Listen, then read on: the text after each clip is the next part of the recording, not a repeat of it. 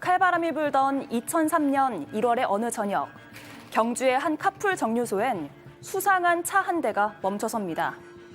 차 안에는 친절한 말투의 여성 이 씨와 남성 한 명이 타고 있었습니다.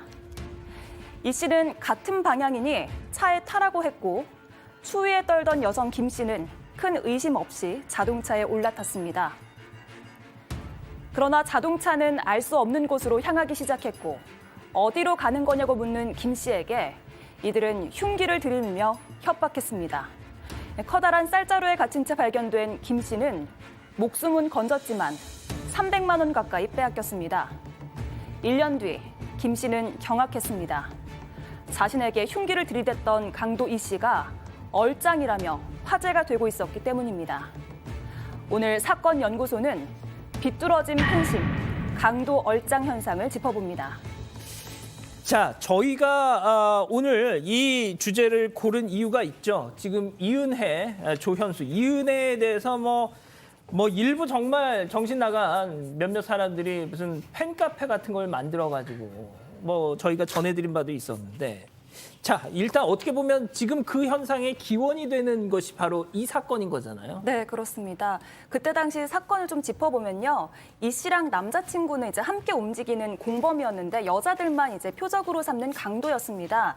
근데 그 당시에 이제 카풀이라는 게 있었는데 목적지의 방향이 좀 같은 사람들을 같이 이제 차를 타고 가는 건데요. 젊은 여성이 다른 여성한테 차를 태워준다고 하니까 이 피해 여성들이 별다른 의심이 없이 이 차를 타는 겁니다. 근데 이제 여성이 차에 타면 흉기로 협박을 해서 돈을 뺏는 건데, 이렇게 3차례의 강도, 12번의 절도를 벌였다고 합니다. 수사망을 이렇게 잘 피해가서 2004년 1월에 공개 수배를 당했고 현상금 500만 원이 걸렸습니다. 자, 지금 우리 가족 여러분들이 에이 설마 이게 무슨 말도 안 돼. 이게 워낙 오래전 일이라서 그렇죠. 팩트입니다. 사실입니다. 자, 현상금까지 걸고 공개 수배를 했는데 안 잡혔어요. 그런데 오히려 이상한 현상이 벌어집니다. 정말 이상한 현상이 일어납니다.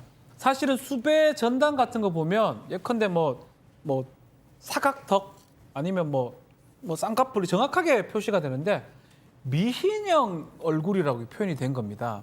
그러니까 그걸 본 사람이 저것을 찍어가지고 당시 이제 포털 사이트 카페에 올립니다. 강도 얼짱 이모모 이렇게 올립니다. 그러니까 저 보면서 뭐 이쁘다 이렇게 되니까 회원이 많이 몰리게 되는 거예요. 예. 나중에는 10,000명 이상이 모이기도 했고요. 이것을 이제 언론에서는 얼짱, 강도 얼짱이라 해서 강짱 현상이라고 하면서 또 더 논란이 되기도 했습니다. 예. 교수님, 진짜 앞서 그 현상 수배 전단에 보면은 미인형 얼굴이라고 돼 있고, 네. 제가 뭐 경찰서 이렇게 돌아다닐 때 봤던 거 보면 호남형 얼굴 혹은 뭐 범죄형 심지어 네. 예. 범죄요. 참 황당합니다 좀. 예. 아니 범죄자로 수배가 됐으니까 뭐 자기는 범죄형이라고 생각을 하겠지만 적어도 이제 수배 전단 작성 시 고려 사항이 이게 있지 않겠어요? 그러니까 다시 말해서 미의 그 기준이나 관점이라고 하는 것이 주관적인데 만드는 사람의 주관이 포함이 돼서는 안 되죠. 그러니까 이제 예컨대 뭐 매부리 코 이런 거는 분명히 나오지 않습니까? 예. 뾰족한 턱, 뭐 그렇죠. 사각턱 이런 거는 있는데 글쎄요. 제가 볼 때는 아마 저 수배 전단을 만드는 그 당사자가 좀 미숙하게 만든 것이 아닌가. 그렇게 해서 저런 것에 있어서의 어떤 그 뺑카페와 관련돼 있는 단초를 마련해 줬다 이렇게 보입니다. 근데 양 변호사님, 그때 당시에 별별 진짜 어처구니 없는 반응들이 많았잖아요. 네. 뭐 저는 약간은 반은 이분들이 장난이라고 저도 믿고 그래요. 싶습니다만 예. 일단 팬카페 제목 같은 게 천사 지킴이 이런 식의 제목이 있었고요. 이렇게 예쁜 사람이 강도짓 했을 리가 없다. 결혼하고 싶다. 그리고 이 말이 여기 쓰이면 안 되는데 죄는 미워해도 사람은 미워하지 말자. 잡사면 연예인으로 밀어주자. 그리고 죄를 벗고 석방될 때까지 기다려서 우리가 새로운 삶으로 인도하자. 이것까지는 모르겠어요. 그나마 좀 갱생 시켜달라는 예. 거니까. 그리고 일부 네티즌들은 이 여성을 주인공으로 한 픽션을 공동 창작하기도 했습니다. 소설을 만들어내는 거죠. 아이고. 저는 정말 예 그렇습니다. 네. 자, 이 정도라면 그냥 100번 양보해서 막 봐줘가지고 뭐 장난이라고 할 수 있어요. 자, 그런데 선을 넘어요. 네, 그렇습니다. 이제 아까 이 씨가 남자친구랑 같이 움직였다고 했잖아요. 근데 그러다 보니까 이 씨는 착한데 남자친구를 잘못 만나서 이렇게 범죄에 빠졌다. 뭐 이런 여론이 형성이 된 겁니다. 그래서 이 씨랑 같은 학교를 다녔다고 주장하는 이 네티즌들이 협박 때문에 어쩔 수 없이 강도를 한 거다. 뭐 이렇게 주장을 했는데 뭐 이런 여론을 무마하기 위해서 경찰은 이 씨가 종범이 아니라 자발적으로 범죄에 참여한 공범이다. 이렇게 강조를 했었습니다. 자, 교수님. 이러다 보니까 경찰도 방금 그 현상수배 전단 제작한 사람 쪽이 이거 내가 무슨 사고 쳤나 약간 좀 당황했다는 거 아니에요? 사고 쳤다고 아마 생각을 한 것 같습니다. 이 담당 그 경찰서가 포항 북부서인데요. 이 그 전단을 만든 사람이 아니 범인을 잡아야 할 이 경찰이 이 범인을 완전히 인기인으로 만들어 버렸으니까 사실은 이제 피해자에게는 상당히 면목이 없게 돼 버렸죠. 그래서 이제 아마 그분이 밥이 목에 안 넘어간다. 아이고. 이렇게까지 그 고민을 하셨던 것 같은데 그래서 이제 형사 12명으로 전담 근거반을 만들어 가지고 검거에 착수해서 특히 이 강장 신드롬이 일어나면서 빨리 이거는 검거를 해야 되겠다라고 하는 그런 심리적인 부담이 상당히 있었던 것으로 밝혀졌습니다. 참, 진짜 이게 옛날 사건이긴 옛날 사건인 게 요즘 얼짱 이런 표현 안 쓰잖아요. 그렇죠. 예.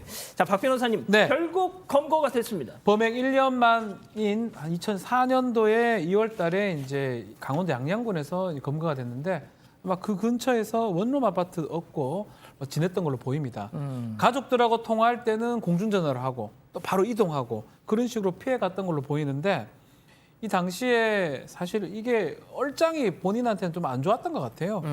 해수욕장이 관광객들이 한 60여 명이 몰려 있었는데 얼굴을 이제 알아본 사람이 얼짱이다라고 해가지고 진짜. 경찰이 지금 달려든 거고요.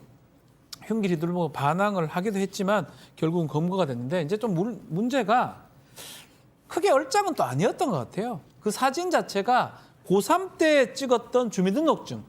그것이 이제 사진이고 이 사람 지금 1년 4개월 정도, 14개월 정도 도망 다녔었거든요. 상당히 얼굴에 힘든 그런 것도 있고 또 나중에 보니까 그 수배 사진하고는 차이가 좀 났다. 살도 많이 빠지고 수척해진 모습이었다라고 경찰은 전하고 있습니다. 교수님, 근데 본인이 저런 막 그 추앙을 받고 있었다는 걸 본인도 알고 있었답니까? 네, 그래 이제 본인이 인터넷에 접속을 하지 않고도 자기가 이제 이 얼짱이 됐다라고 하는 사실을 갖다가 알고 자기도 자기 얼굴을 갖다가 이 거울에 비춰보니까 얼짱이 아닌데 그러니까 어이가 없다라고 이렇게 얘기를 했어요. 왜냐하면 초췌하니까 이 사람의 얼굴은요 내면의 어떤 그 심리에 따라서 하루에 12번도 바뀝니다. 그러니까 지금 추적을 당하니까 얼굴이 썩게 되겠죠. 그러니까 아니 이 얼굴 보고 얼짱이라니 쟤들이 이상하다. 그런데 실제로 이 그 얼짱과 관련돼 있는 이 팬카페 여기에서는 제보 전화가 한 건도 없었다라고 하는데 오히려 어떻게 보면 뭐 자기가 얼짱이 아닌데 남들이 얼짱이라 그러면은 죄책감 들죠. 예. 양 변호사님, 이 사람 뭐 처벌을 어떻게 받았어요? 일단 같이 체포가 돼서 남성의 경우는 징역 4년을 받았고 공교롭게도 이 여성 같은 경우는 2년 5개월에 집행유예 4년을 선고받았는데 그럼 지금 나와 있는 거 아니에요? 그렇죠. 집행유예를 이거 받았으니까. 볼 수도 있잖아요, 그럼. 그럴 수도 있죠. 예? 그럴 수도 있는데 지금 제가 기록을 못 봤지만 아마 남자가 실형받았던 것은 다른 범죄 전력이 있었던 것으로 추정이 되고요. 추측이 되고 초범이었기 때문에 아마 집행유예를 받았을 걸로 보이는데 이걸 두고 또 팬카페에서 뭐 주장했던 것처럼 예뻐서 훈방된 거다. 이런 건 절대 아닐 겁니다. 예. 자, 당시 이게 그 대한 해협을 넘어서 이 진짜 해프닝이 일본에까지 전해져서 이 이모 씨가 검거됐을 때 일본의 한 스포츠 신문에 한국의 초미인 강도 체포 막 이래가지고 막 제목 뭐 일면에 막 나오고 이게 참 그래서 나라 망신도 참 이었는데 자 그러니까 저희가 네. 이 내용을 한 이유가 있는 거잖아요. 이은혜 때문에 한 건데. 네, 그렇습니다. 이은혜도 이제 오픈 카톡방이 생겼잖아요. 근데 이제 충격적인 범죄가 발생을 하면 이런 기현상이 계속 반복되고 있는 것 같습니다. 2004년에는 그 유영철 아시죠? 예. 유영철은 이제 20여 명 정도를 살해했는데 카페 개설자가 그 많은 사람을 이렇게 숨지게 하고도 잡히지 않은 게 멋지다. 뭐 이러면서 유영철에게 이제 애칭을 붙이면서까지 카페를 이제 만들었고, 근데 이제 너무 이제 반발이 커서 하루 만에 삭제가 된 그런 사례가 있었습니다. 예. 자, 저희가 이제 이 얘기를 꺼낸 게 이은혜 때문에 한 겁니다. 자, 이은혜 얘기를 좀 하면서 마무리를 이 시간 좀 해볼게요. 교수님, 이은혜 어디 있을까요? 자, 그 표창원 박사는 오늘 어제였죠, 한 방송에 나와서 이 현상금 이거를 정말 고액의 현상금을 걸면 그 지금 조력자들이 배신을 해서 결정적인 제보를 할 수도 있다. 뭐 이런 얘기를 하더라고요. 자, 그런데 지금 과연 뭐 모텔 같은 숙박업소에 있는지 아니면 진짜 조력자의 뭐 집에 은신해 있는지 별의별 지금 전망들이 지금 다 나오고 있는데. 사실 현상금 얘기는 제가 이제 지난번에도 한번 드렸는데 뭐 그쪽에 있는 조력자들이 배반을 안 한다 하더라도 현상금 걸면은 요즘에 지금 그 현상금 받으려고 많은 사람들이 직접 소위 얘기해서 현상금 사냥꾼으로 해가지고 그 추적을 할 그럴 가능성이 상당히 높다고 봅니다. 예.